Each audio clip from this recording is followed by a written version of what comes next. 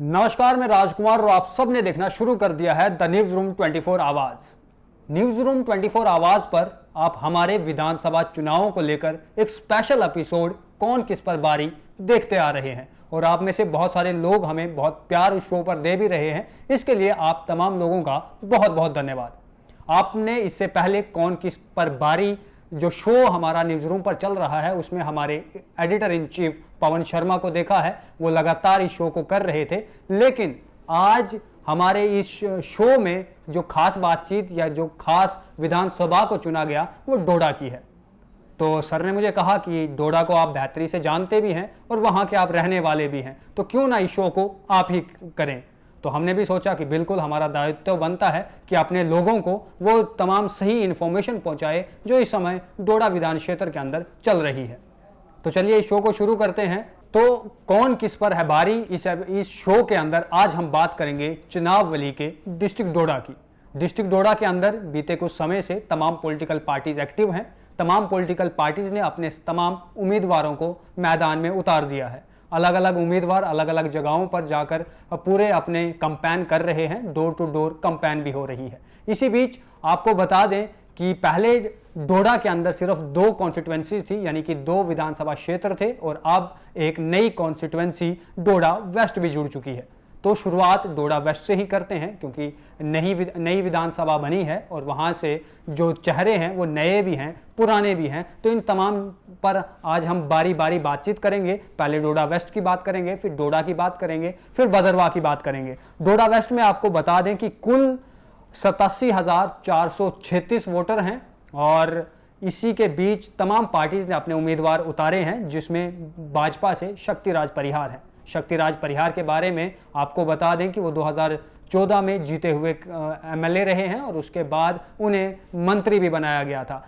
बीते 10 साल के बाद चुनाव हो रहे हैं जिसमें मैदान में वो उतरे हुए हैं और इस बार वो नई कॉन्स्टिट्यूएंसी यानी कि डोडा वेस्ट से लड़ेंगे। और उनके जो ओपोजिशन में है, जो उनके अपोजिट में है, कांग्रेस से डॉक्टर प्रदीप कुमार भगत हैं। डॉक्टर प्रदीप कुमार भगत और यानी कि कांग्रेस और बीजेपी के बीच में कड़ा मुकाबला है। और इसके अलावा जो बाकी उम्मीदवार वहां पर हैं उसमें आपको बता दें कि आम आदमी पार्टी से यासिर मंटो भी हैं, डीपीएपी पार्टी से अब्दुल गनी हैं, पीडीपी से तनवीर वानी है, इंडिपेंडेंट स्वर्णवीर जराल भी लड़ रहे हैं, इंडिपेंडेंट वहां से मीनाक्षी भी लड़ रही है। लेकिन इस विधानसभा की बात करें तो इस विधानसभा के अंदर अगर कांटे की टक्कर किसी लीडर के बीच में है तो वो सिर्फ बीजेपी और कांग्रेस में है। कांग्रेस का वहां पर अलायंस चल रहा है। इससे पहले एडवोकेट आसिम हाशमी ने भी अपना नॉमिनेशन फॉर्म भरा था इंडिपेंडेंट, लेकिन बाद में उन्होंने बयान दिया कि हम चाहते हैं और अपना नॉमिनेशन विड्रॉल कर दिया कि हम चाहते हैं कि कहीं आपस में बट ना जाएं और उसकी वजह से हमारा फायदा कोई तीसरा ना उठा ले। तो उन्होंने अपना नॉमिनेशन विड्रॉल कर दिया और अब आपको बता दें कि कांटे की टक्कर डोडा वेस्ट से बीजेपी वर्सेस कांग्रेस रह चुकी है। और बीजेपी के शक्तिराज परिहार जो बीते समय से लगातार डोडा वेस्ट के लिए काम भी कर रहे हैं, अलग अलग जगहों में लोगों के सुख दुख में पहुंच भी रहे हैं, चाहे वो सोशल मीडिया के माध्यम से हो या फिजिकली हो, वो वहां पर जा भी रहे हैं। और हमेशा कुछ भी डोडा वेस्ट के अंदर हो तो वो अपने सोशल मीडिया के माध्यम से अपलोड भी कर देते हैं। इसी के बीच आपको बता दें कि डॉक्टर प्रदीप कुमार भगत, जिन्होंने पिछले साल कांग्रेस को ज्वाइन किया है 2023 में, और जब से उन्होंने कांग्रेस को ज्वाइन किया तब से वो भी उस कॉन्स्टिट्यूएंसी में लगातार हर क्षेत्र के अंदर दौरे भी कर रहे हैं। और इसी के साथ में वो उनकी पकड़ भी जो है वो काफी इस विधानसभा के अंदर दिख रही है और वो भी लगातार अपने अलग अलग जगहों पर प्रोग्राम्स कर रहे हैं, अलग अलग लोगों तक पहुंच रहे हैं। और बाकी के जितने भी वहां पर उम्मीदवार हैं वो वोट काटने का वहां पर विधानसभा के अंदर काम करेंगे, लेकिन अगर किसी के बीच में टक्कर है वो वहां पर सीधे तौर पर भाजपा वर्सेस कांग्रेस है। इसी बीच लोगों की ये उम्मीद भी है कि हम कांग्रेस जो है वहां पर कांग्रेस के जो लीडर डॉक्टर प्रदीप हैं वो वहां से जीत जाएंगे, क्योंकि इससे पहले भी जब इलेक्शन वहां पर हुए थे, डीडीसी इलेक्शन हुए थे और डीडीसी इलेक्शन के अंदर शक्तिराज परिहार को हार का सामना करना पड़ा था। लेकिन उसके बाद में हमने देखा कि किस तरीके से शक्ति परिहार लगातार लोगों के बीच जाते रहे, क्षेत्र में घूमते रहे, लोगों की आवाम की मदद करने के लिए जो है वो पहुंचते रहे। लेकिन देखना यह है इलेक्शन के समय में कौन किस पर बारी पड़ता है, और हमारा जो शो कौन किस पर बारी है इसमें हम आपको जो है यही बताने की कोशिश भी कर रहे हैं कि वहां पर कौन किस पर बारी है। चलिए इसके बाद अब हम करेंगे दूसरे विधानसभा की बात, डोडा की, जो कि डोडा की सबसे पुरानी विधानसभा है। और डोडा के अंदर अलग अलग लीडर, दिग्गज लीडर और कांटे की टक्कर की लड़ाई जो है वहां पर होने वाली है।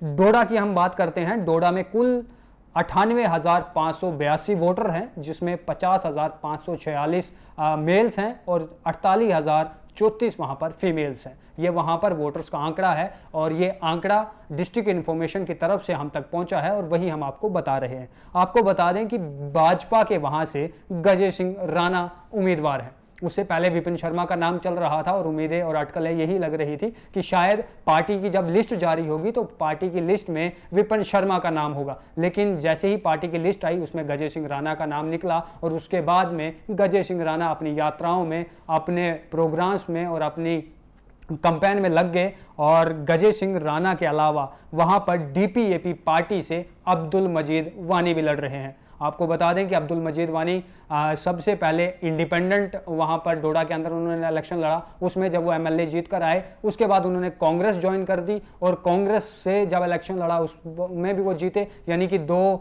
बार के वो विधायक जीते हुए हैं और उसके बाद में R&B मिनिस्टर भी रह चुके हैं। लेकिन कांग्रेस को छोड़कर उन्होंने जब गुलाम नबी आज़ाद ने कांग्रेस छोड़कर अपनी पार्टी डेमोक्रेटिक प्रोग्रेसिव आज़ाद पार्टी बनाई, उसके बाद उन्होंने गुलाम नबी आज़ाद का दामन थामा। उसके बाद से वो डीपीएपी में थे और पूरी यही उम्मीदें थी कि डीपीएपी की तरफ से उन्हें उम्मीदवार घोषित किया जाएगा और वो उम्मीदवार निकले। लेकिन अब्दुल मजीद वानी की बात करें तो अब्दुल मजीद वानी का भी अपना वोट बैंक है, अपने लोग हैं और उनके लॉयल वोटर्स भी वहां पर है। तो कांटे की टक्कर है, बीजेपी से गजेश सिंह राणा है, डीपीएपी पार्टी से अब्दुल मजीद वानी है। नेशनल कॉन्फ्रेंस की बात करें तो नेशनल कॉन्फ्रेंस की तरफ से खालिद सोहरावर्दी हैं, वो भी पहले विधायक डोडा से रह चुके हैं, लेकिन उसके बाद वो कभी भी कोई चुनाव वहां से नहीं जीत पाए। लेकिन पुराने चेहरे, उनके भी कट्टर वोटर वहां पर हैं।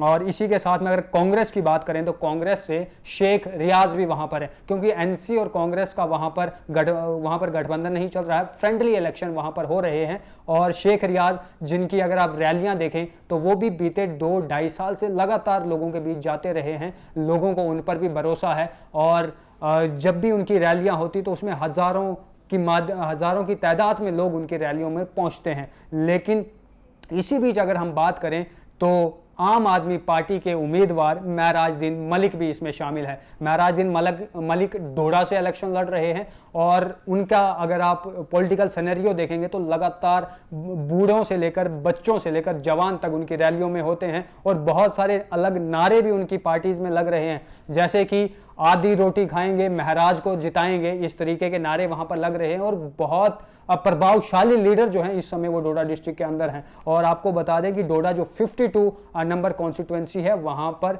ये सभी दिग्गज लीडर हैं। भाजपा की तरफ से गजेश सिंह राणा, डीपीएपी पार्टी की तरफ से अब्दुल मजीद वानी, एनसी की तरफ से खालिद सोहरावर्दी और कांग्रेस की तरफ से शेख रियाज, आम आदमी पार्टी की तरफ से महराज मलिक, इन सब के बीच कांटे की टक्कर है। लेकिन इसमें जो कौन किस पर बारी की अगर हम बात करें तो ये सभी एक दूसरे पर बारी है, लेकिन लगता है कि वहां से गजेश सिंह राणा जो है वो आसानी से अपनी सीट निकाल देंगे, क्योंकि आंकड़ों के अनुसार लगभग 32,000 से ज़्यादा वहाँ पर वोटर हिंदू बरादरी के हैं और उसके अलावा जितने जो बाकी हैं वो मुस्लिम बरादरी के हैं। लेकिन अगर वोट वहाँ पर डिवाइड होता है, क्योंकि डीपीएपी पार्टी की बात करें तो अब्दुल मजीद वानी का अपना वोट बैंक है, अपने लॉयल वोटर्स हैं, वैसे ही एनसी के भी अपने लॉयल वोटर्स हैं, कांग्रेस के भी अपने लॉयल वोटर्स हैं और आम आदमी पार्टी की बात करें तो महराज मलिक का इस समय इन्फ्लुएंस बहुत ज़्यादा डिस्ट्रिक्ट के अंदर चल रहा है। लेकिन अगर मुस्लिम वोट्स यहाँ पर डिवाइड होते हैं तो उसका सीधा फायदा गजेश सिंह राणा को पहुंचेगा, यानी कि बीजेपी को पहुंचेगा। लेकिन देखना यह है कि वहां पर जब रिजल्ट आएगा कौन किस पर बारी हो पाता है। इसी के साथ आपको कॉन्स्टिट्यूएंसी नंबर 51 यानी कि भदरवा के अंदर ले चलते हैं और भदरवा के अंदर कौन किस पर बारी होगा इस पर अगर हम बातचीत करें तो आपको बता दें कि कुल वोटर्स सबसे ज्यादा डोडा डिस्ट्रिक्ट के अंदर अगर किसी कॉन्स्टिट्यूएंसी के वोटर्स हैं तो वो भदरवा के हैं। भदरवा के अंदर 1,24,568 कुल मिलाकर वोटर्स हैं, जिसमें 63,944 मर्द हैं, 60,618 औरतें हैं और 6 ट्रांसजेंडर भी हैं।